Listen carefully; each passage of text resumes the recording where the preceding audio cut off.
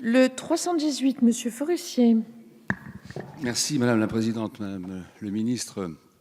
Et pour aller dans le même sens que notre collègue Buentan, j'ai évoqué dans mon intervention tout à l'heure l'impasse budgétaire qui existe sur l'assurance prospection. C'est l'outil le plus efficace, le plus demandé, le plus en progression aussi pour les PME. Et je sais que, et vous avez raison, le gouvernement a fixé un objectif ambitieux, puisqu'il s'agit de passer de 124 000 entreprises exportatrices à 200 000. Et ce sont donc des PME, voire des TPE parfois, qui sont concernés. Donc moi, je vous demande de nous dire comment on va pouvoir faire pour que l'assurance prospection soit effectivement servie par BPI-France qui porte cet outil. Alors l'état actuel des crédits de ce budget, BPI-France peut signer des contrats d'assurance prospection. Encore une fois, un outil, je ne rentre pas dans le détail, extrêmement efficace, le plus populaire pour les PME, mais ça marchera jusqu'à, en gros, fin mars. À partir de fin mars, on ne sait plus financer à BPI-France. Alors j'entends bien que BPI-France a peut-être d'autres moyens dans ses fonds propres, dans ses différents outils, mais en l'état actuel, et sous réserve d'une négociation, voire d'une restructuration des missions de BPI-France, ça ne fonctionne pas. Donc comment fait-on pour pouvoir faire en sorte que cet outil essentiel puisse accompagner tout au long de l'année les entreprises dans leur mission de prospection sur les marchés étrangers. Je pense en particulier à tout ce qui est salon, tout ce qui est prospection commerciale. Il manque très exactement 55,2 millions d'euros, selon les estimations liées à la consommation en vitesse de croisière de cet outil. Est-ce que vous pouvez nous répondre? C'est le sens en tout cas de l'amendement que je dépose et c'est le sens de l'amendement de notre collègue Buentan, qui est une somme légèrement supérieure, mais que je soutiens évidemment aussi. Merci, Monsieur le député. Sur ces deux amendements, quel est l'avis de la commission? Madame David. Merci Madame la Présidente. Donc je comprends très bien le sens de votre amendement qui vise à encourager le commerce extérieur et l'exportation des entreprises françaises. Ça s'inscrit effectivement dans la stratégie du gouvernement en la matière. Toutefois, les crédits portés par le programme Charge de la dette et Trésorerie de l'État sont des crédits évaluatifs que l'État a obligation d'assumer, puisque en fait ces crédits servent à payer les intérêts de la dette. Donc il serait un petit peu compliqué d'aller piocher sur ces crédits qui aujourd'hui provisionnent des intérêts que l'on sait que l'on doit verser aux investisseurs qui font confiance en la France et ont accepté d'acquérir nos titres de dette.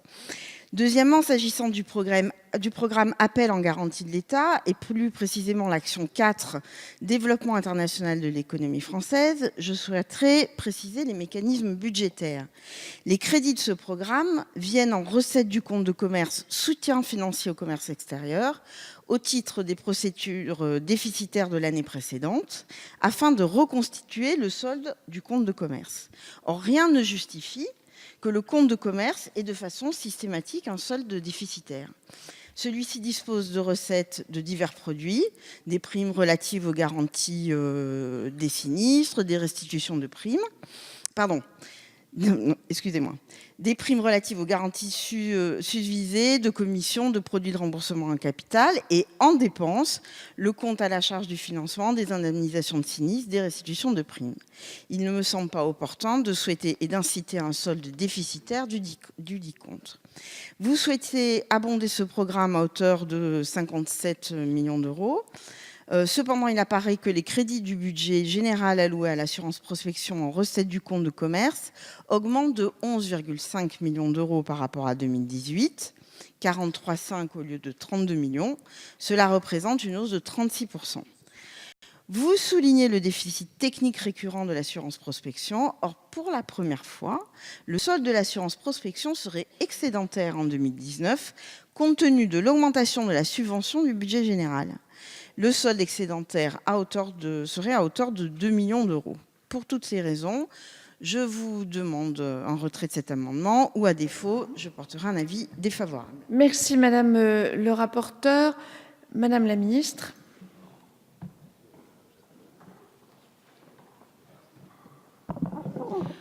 Alors, sur le sujet de l'assurance prospection, je l'ai dit dans mon propos liminaire, c'est une action qui a été voulue par le Premier ministre, qui est un des éléments très importants de tout le travail qu'on fait pour accompagner les entreprises à l'étranger. Donc, il n'y a pas d'ambiguïté sur notre souhait d'accompagner ce dispositif.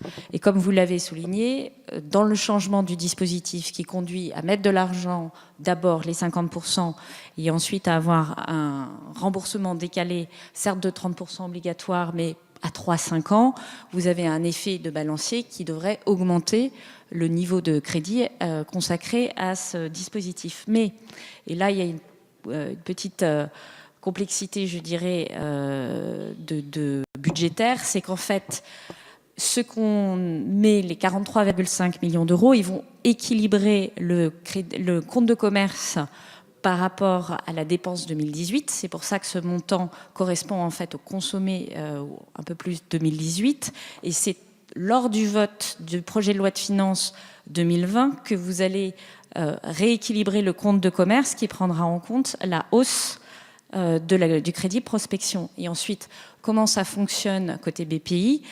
Donc c'est en fait une avance de cash d'argent sur ce dispositif-là, mais qui est compensé par les marges de manœuvre sur l'assurance crédit qu'a par ailleurs BPI France. Donc en fait, vous allez accompagner cette montée en charge et vous allez voir de manière assez massive augmenter l'assurance prospection, mais l'année prochaine. Donc c'est bien financé cette année et on ne risque pas de se tromper puisqu'on a déjà le montant consommé sur 2018 et qu'on le compense aujourd'hui.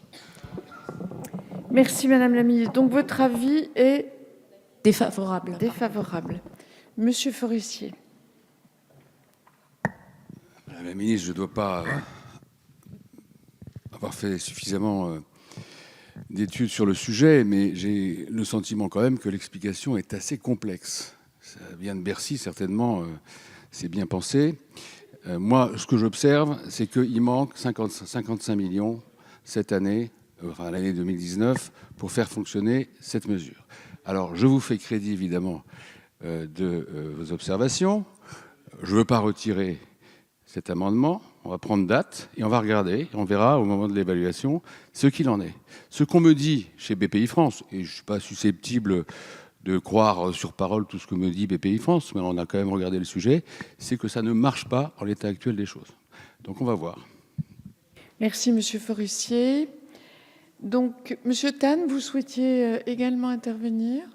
Oui, je veux juste préciser que, évidemment, dans le décompte que j'ai donné, je n'ai pas pris en compte le crédit d'impôt pour dépenses prospection commerciale que nous avons supprimé l'an dernier et qui bénéficiait à 1700 entreprises et qui est évalué à 23 millions d'euros. Ceci étant, je remercie Mme la ministre de d'abord, confirmer qu'elle soutiendra toutes les démarches contribuant à augmenter, à faciliter, à dynamiser le commerce extérieur. Et si j'ai bien compris, ça veut dire que c'est BPI France qui fait l'avance de trésorerie pour financer les dépenses qui vont être en 2019. Et donc, pour le PLF 2020, nous allons compenser, en votant le PLF 2020, le déficit qu'il y aura. C'est bien ça, Madame la Ministre? Donc, si tel est le cas, donc si j'ai la garantie que l'assurance prospection sera financée et continuera à fonctionner pour les entreprises, je retire mon amendement. Bien. Oui, Monsieur Sadier.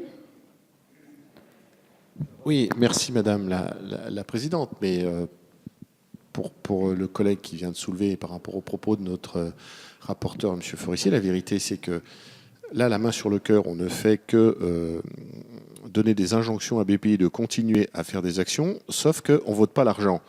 Donc, malgré toute la bonne volonté du gouvernement, mes chers collègues, et moi aussi, je prends date et nous prenons date, c'est que sur certaines actions, à partir de février, mars, avril, BPI va dire, écoutez, nous, on aime bien tout le monde, on adore le gouvernement, on adore la majorité, mais il n'y a plus de sous, donc on arrête. C'est ça la réalité qui est en train de se passer. On aurait eu le mérite ce soir d'en parler, d'en reparler, de soulever le problème, de prendre date. Ça ne remet en rien, Madame la Ministre, la qualité, votre qualité, votre bonne volonté et toutes les promesses que vous... Mais à un moment donné, il y aura la réalité budgétaire. On ne peut pas demander à un organisme de maintenir un même rythme d'action en 2019 si on ne revote pas les crédits qu'on lui a votés en 2018. Merci, monsieur le député. Madame la ministre.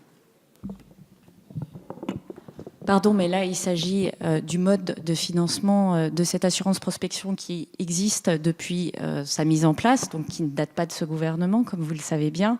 Et il y a un financement au travers d'un compte miroir, donc c'est la mécanique budgétaire qui fait que nous accompagnons comme ça chaque année. Il n'y a aucun mystère et c'est chaque année comme ça, donc il n'y a pas de surprise. Et effectivement, si l'engagement est pris, il est d'ailleurs dans la trajectoire budgétaire du gouvernement d'accompagner cette montée en charge. Nous avons également anticipé la charge. Bien, merci Madame la ministre. Donc Monsieur Tan, vous le maintenez, vous le retirez? Non, moi, je n'ai pas de raison, de mettre en doute ce que dit Madame la ministre. Donc, Oui. je retire mon amendement. Vous le retirez. C'est ce que j'avais cru comprendre, effectivement. Monsieur Forissier, vous le maintenez. Très bien. Donc, je mets aux voix l'amendement 318, ayant reçu un avis défavorable de la Commission et du Gouvernement. Qui est pour? Qui est contre? Il n'est pas adopté.